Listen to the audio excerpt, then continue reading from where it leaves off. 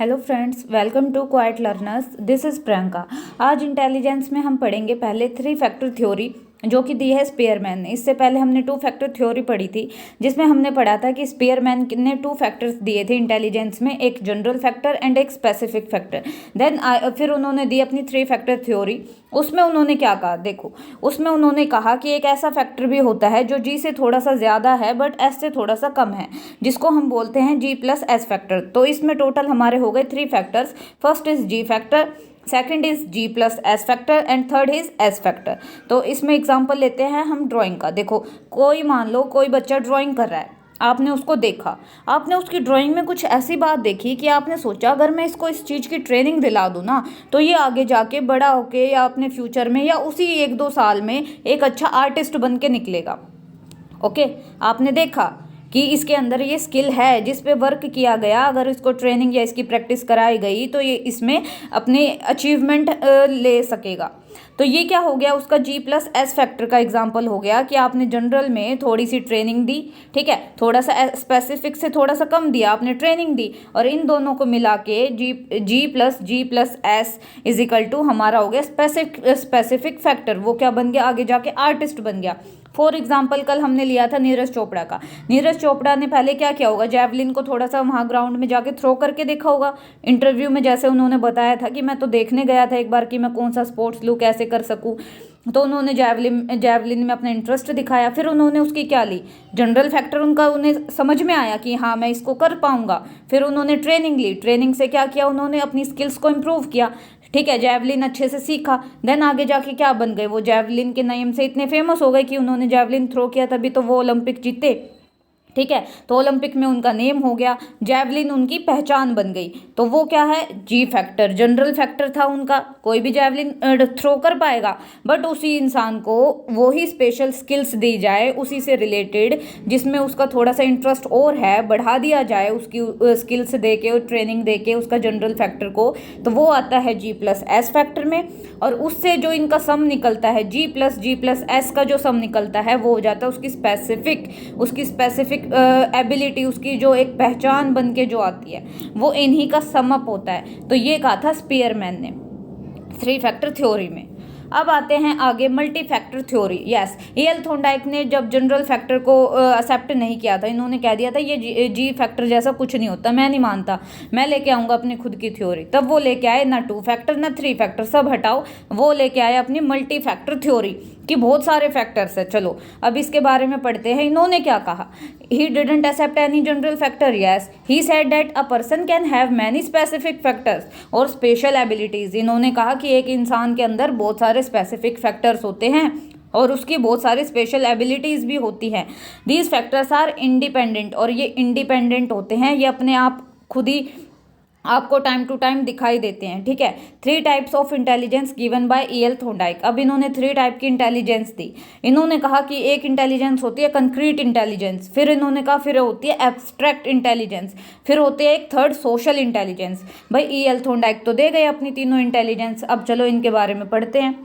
तो जो फर्स्ट है कंक्रीट इंटेलिजेंस, इसको हम मैकेनिकल इंटेलिजेंस भी कहते हैं। ये वो इंटेलिजेंस है जिसमें हम टेंजिबल चीज़ें हैं जिनको हम देख सकते हैं उन पे वर्क करते हैं, उन पे अपनी इंटेलिजेंस लगाते हैं। The capability of a person by which he applies his mental operations on the items और कंसेप्ट्स डेट आर टेंजिबल। जो चीज़ें हमें दिखाई दे रही हैं, मूर्त रूप से हमारे सामने हैं, उन पे जब हम काम करते हैं वहाँ लगती है हमारी mechanical intelligence, means concrete intelligence. For example hardware engineer, driver, labour, inventor, ये सारे कंक्रीट इंटेलिजेंस का यूज़ करते हैं या मैकेनिकल इंटेलिजेंस का यूज़ करते हैं। सेकंड आती है एब्स्ट्रैक्ट इंटेलिजेंस। ये लगती है इंटेंजिबल चीज़ों पे, जो चीज़ें हमें दिखाई नहीं देती, हम अपने माइंड के, अपनी इमेजिनेशन की हेल्प से इनको अपने माइंड में क्रिएट करके देन इनको कंक्रीट फॉर्म में जब ले आते हैं, ठीक है। तो ये है हमारी एब्स्ट्रैक्ट इंटेलिजेंस। और कुछ तो ऐसी होती है जो हमारे माइंड में ही हम सब कुछ सोल्व करके सीधा बस सॉल्यूशन लेके आते हैं। The ability of a person by which he applies his mental operations on the concepts which are intangible for example scientist, अब साइंटिस्ट है, ठीक है, साइंटिस्ट क्या करता है, इंटेंजिबल चीज़ों पे भी वर्क करता है जो दिखाई नहीं दे रही है, बाद में वो उसको प्रूव करता है, फिर वो उसके प्रूफ ढूंढने पे फोकस करता है। पहले वो क्या करता है, एब्स्ट्रैक्ट इंटेलिजेंस का यूज़ करता है कि अगर ऐसा है तो ऐसा क्यों है, ऐसा ऐसे होगा, अपने माइंड में ही खुद माइंड मैपिंग करता है, अपने कंसेप्ट बनाता है। फिर आता है सेकंड पेंटर, पेंटर भी पहले अपने माइंड में इमेजिनेशन करता है, ठीक है, अपने ही वो जो उसकी पिक्चर्स है उनको अपने माइंड में पहले बनाता है, देन उसको अपने पेज पे लेके आता है। पोइट भी ऐसा करता है, ठीक है, राइटर भी सेम है, सॉफ्टवेयर इंजीनियर भी ऐसी चीज़ों पे वर्क करता है जो हमें दिखाई नहीं देती है, एस्ट्रोलॉजर्स भी ऐसे ही करते हैं, लॉयर, अब लॉयर कैसे होगा, जो लॉयर है, जो वो केस लड़ रहा है ना, जिस केस के लिए वो अपॉइंट किए गए हैं, वो उस केस को जब उसका ट्रुथ लेके आना होता है तो सच जो है वो सामने तो दिखाई नहीं देता कि ये सच है, चलो इसको कोर्ट में कल मैं पेश कर दूंगा, नहीं, वो क्या करता है, वो उस जो उनका केस है उसकी स्टडी करता है, ठीक है, फिर वो अपनी इंटेलिजेंस लगाता है, अपनी मेंटल इंटेलिजेंस लगाता है, मेंटल ऑपरेशंस करता है कि अच्छा अगर इसने ऐसा करा था तो ऐसा भी तो हो सकता है, ऐसा भी तो हो सकता है, फिर वो उनके प्रूफ लेने जाता है। ओके, तो ये सारे, जैसे फॉर एग्जांपल अभी न्यू मूवी आई थी जय भीम, जय भीम में वो क्या है, लॉयर है, ठीक है, तो आप देखोगे ना वो मूवी तब आपको समझ में आएगा कि उन्होंने एब्स्ट्रैक्ट इंटेलिजेंस का कहाँ कहाँ यूज़ किया है। देन लास्ट आता है मैथमेटिशियन, यस, मैथमेटिक्स की तो कुछ ऐसी ऐसी थ्योरीज हैं जो हमें प्रैक्टिकली तो दिखाई नहीं देती, बट जब हम उनको प्रूव कर देते हैं, पहले अपने माइंड में ही उसका एक माइंड मैप बनाते हैं, उसका कंसेप्ट बनाते हैं, देन फिर हम पब्लिक में ये चीज़ शो करते हैं कि देखो ये ऐसा था इसलिए ऐसा हुआ।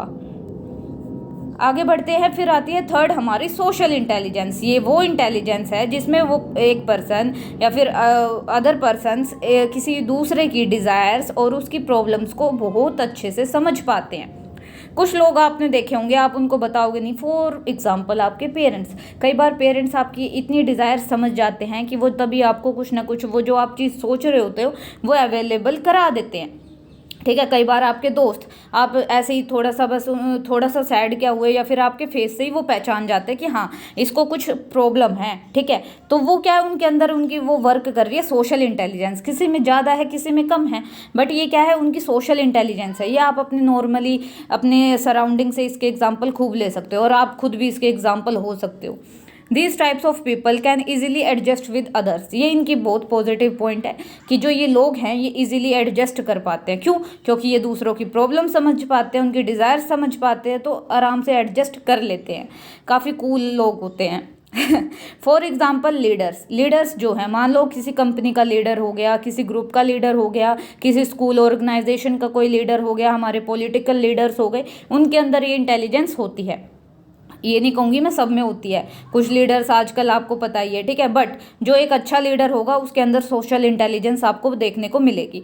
इंश्योरेंस एजेंट के पास भी होती है ये इंटेलिजेंस, सेल्समैन के अंदर भी होती है, काउंसलर के पास तो होती ही है। जब एक काउंसलर के पास इंसान क्यों जाता है कि उसकी कोई प्रॉब्लम है जिसको वो खुद नहीं पहचान पा रहा होता है, बट काउंसलर उसको पहचान के बता देता है कि आपको ना ये दिक्कत है मेन, ठीक है। कुछ लोग जो स्टूडेंट्स है या फिर कोई भी है जो डिप्रेशन का शिकार होते हैं, आज के टाइम में ये बिजनेस चल रहा है पूरा काउंसलिंग का, तो जो ये काउंसलर्स होते हैं ये क्या करते हैं, ये उसके बिहेवियर को ऑब्जर्व करके, ठीक है, उसके साथ उसके इतना फ्रैंक होके या फिर उसको इतनी सिंपैथी दिखा के उसकी जो डिज़ायर्स है उनका पता लगाते हैं, उनकी प्रॉब्लम्स को पता लगाते हैं, फिर उनको सॉल्यूशन देते हैं उस चीज़ का, ठीक है, जिससे इंसान खुद भी नहीं जान पाता कि ये मतलब उसकी क्या डिज़ायर है, कई बार हो जाता है उनके साथ, ठीक है।